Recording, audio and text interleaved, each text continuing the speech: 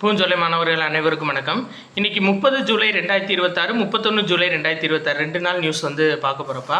So headline என்ன அப்படின்னு சொல்லி பார்த்தீங்கன்னா, தேர்வு முறைகேடுகள் தடுப்பு மசோதா மக்களவையில் நிறைவேற்றம் அப்படின்னு சொல்லியிருக்காங்க. நம்ம ஏற்கனவே பார்த்ததான் இந்த தேர்வு முறைகேடுகள் சார்ந்து யாரும் தவறு செஞ்சாங்க அப்படின்னா, அதாவது தனிநபராக இருக்கிற பட்சத்தில் அவங்களுக்கு 5 ஆண்டுகள்லேருந்து 10 ஆண்டுகள் வரை சிறை தண்டனையும் 50 லட்சம் ரூபாய் வரை அபராதமும் விதிக்கப்படும் அப்படின்னு சொல்லியிருக்காங்க. அதுக்கடுத்து குழுவாக, அதாவது ஒரு குரூப்பாக திட்டமிட்டு இந்த வேலையை செஞ்சாங்க அப்படின்னா அவங்களுக்கு வந்து 7 ஆண்டுகள்லேருந்து 10 ஆண்டுகள் வரை சிறை தண்டனையும் 10 கோடி ரூபாய் வரை அபராதமும் அறிவிச்சிருக்காங்க. சரிங்களா? ப்ளஸ் அது போக இந்த பாருங்கள், தேவையின் அடிப்படையில் சிறப்பு பணிக்குழுவை அமைக்க மத்திய அரசுக்கு அதிகாரம் அப்படின்னு சொல்லிட்டு ஒரு முக்கியமான ஒரு 8 இன்ஃபர்மேஷன்ஸ் கொடுத்துருக்காங்க. இதை அப்படியே பாஸ் பண்ணி நீங்கள் நோட்டில் எழுதி வச்சுக்கோங்க. ஏன்னா கூற்று காரணம் சார்ந்து இது நம்மளுக்கு கேட்கலாம். சரிங்களா? இந்த 4வது பாயிண்ட்லாம் பாருங்கள், சிறப்பு விரைவு நீதிமன்றங்கள் அமைக்கலாம் அப்படின்னு சொல்லி ஒரு இந்த மசோதாவில் இருக்குது. ஏற்கனவே இதை ஹெட்லைனாகவே கொடுத்துருந்தாங்க. தேர்வு முறைகேட்டில் ஈடுபட்டு அவங்கள விசாரிக்கிறதுக்காகவே சிறப்பு விரைவு நீதிமன்றங்கள் உருவாக்கப்படும் சொன்னாங்கல்ல, அதை அந்த மசோதாலேயே நிறைவேற்றிட்டாங்கப்பா. சரிங்களா? தினசரி அடிப்படையில் விசாரணை, குற்றப்பத்திரிகை தாக்கலான நாளிலிருந்து 3 மாத காலத்திற்குள் விசாரணை நிறைவுன்னு சொல்லியிருக்காங்க. இப்போது ஒருத்தவங்க மேலே தவறு குற்றம் நிரூபிக்கப்பட்டுருச்சு அப்படின்னா அவங்க மேலே விசாரணை செய்கிற பட்சத்தில் 3 மாத காலத்துக்குள்ளே அந்த விசாரணை முடிஞ்சால் அவங்களுக்கு தண்டனையை உறுதி செய்யணும் அப்படின்ற இன்ஃபர்மேஷன் எல்லாமே இந்த தேர்வு முறைகேடுகள் தடுப்பு மசோதாவில் மக்களவையில் நிறைவேறியிருக்கு. சரிங்களா? ரைட், அடுத்தது பார்க்கலாம். ஸோ இந்த இதில்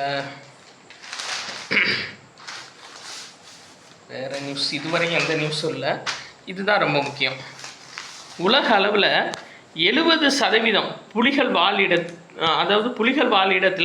70% இந்தியாவில் இருக்குது அப்படின்னு சொல்லியிருக்காங்க. உலகின் புலிகளின் மொத்த எண்ணிக்கையில் 70% இந்தியாவில் இருப்பதாக பிரதமர் நரேந்திர மோடி தெரிவித்துள்ளான்னு கொடுத்துருக்காங்க. ஏன்னா நம்மளுக்கு ஜூலை 29 அப்படின்றது உலக புலிகள் பாதுகாப்பு தினம். ஸோ அன்னைக்கு அறிவிச்சிருக்காரு. அப்போ ஞாபகம் வச்சுக்கோங்க, உலக அளவில் இருக்கக்கூடிய புலிகளில் 70% இந்தியாவில் தான் இருக்குது. அடுத்து பாருங்கள், பிறப்பு இறப்பு பதிவு திருத்த மசோதா மக்களவையில் அறிமுகம்னு சொல்லியிருக்காங்க. ஆக்சுவலாக 1969 பிறப்பு இறப்பு பதிவு சட்டம் நிறைவேற்றியிருக்காங்கப்பா. இது ரொம்ப முக்கியம். 1969. ஏன்னா இஸ்ரோவும் 69 தான். நம்மளுக்கு மதராஸ் மாகாணம்ன்றது தமிழ்நாடுன்னு பெயர் மாற்றினதும் 69 தான்.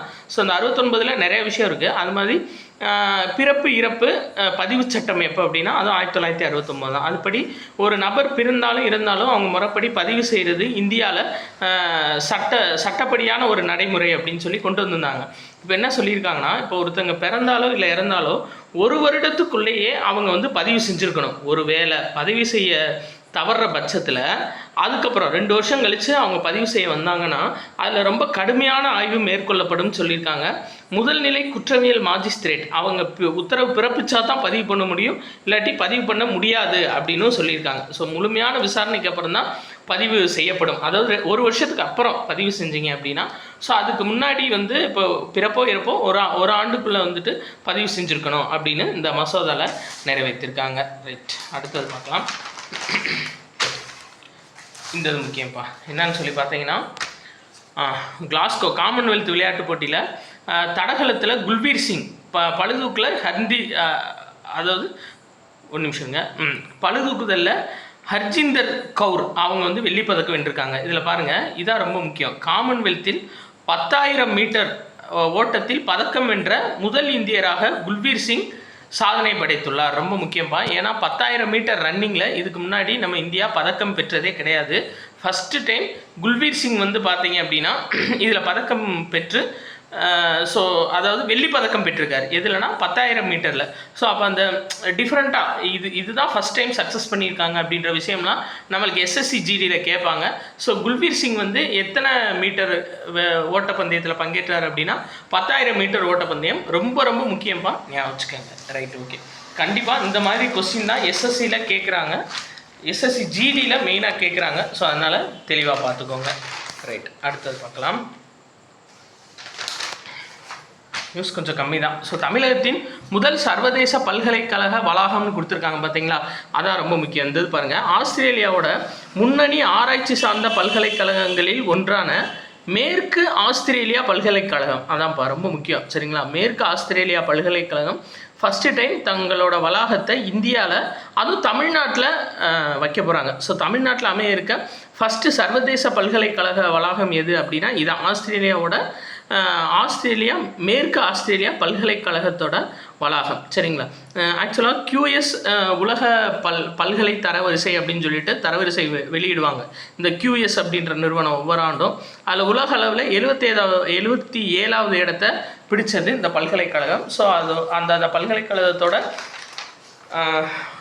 இது சரிங்களா வளாகம் வந்து நம்ம சென்னையில் அமைய இருக்குது.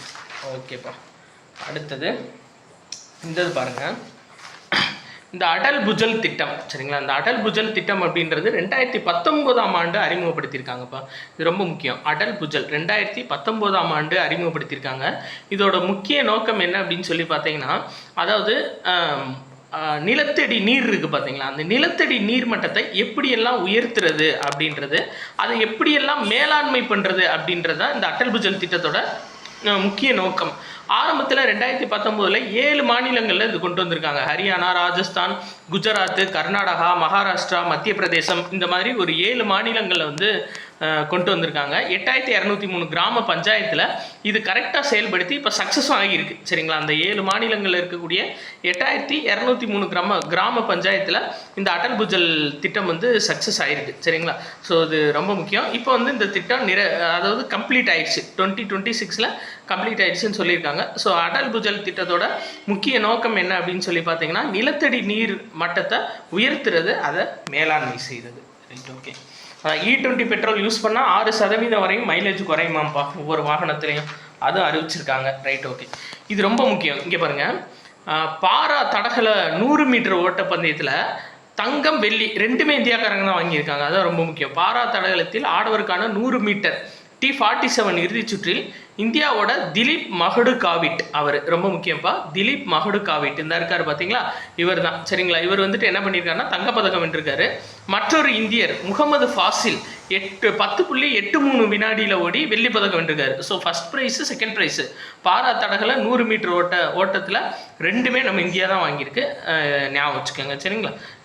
மெயினாக கோல்டு திலீப் மஹடுகாவிட், அவரை ஞாபகம் வச்சுக்கோங்க. ஓகேப்பா. ஸோ அவ்வளோதான் நியூஸ், அவ்வளோதான்.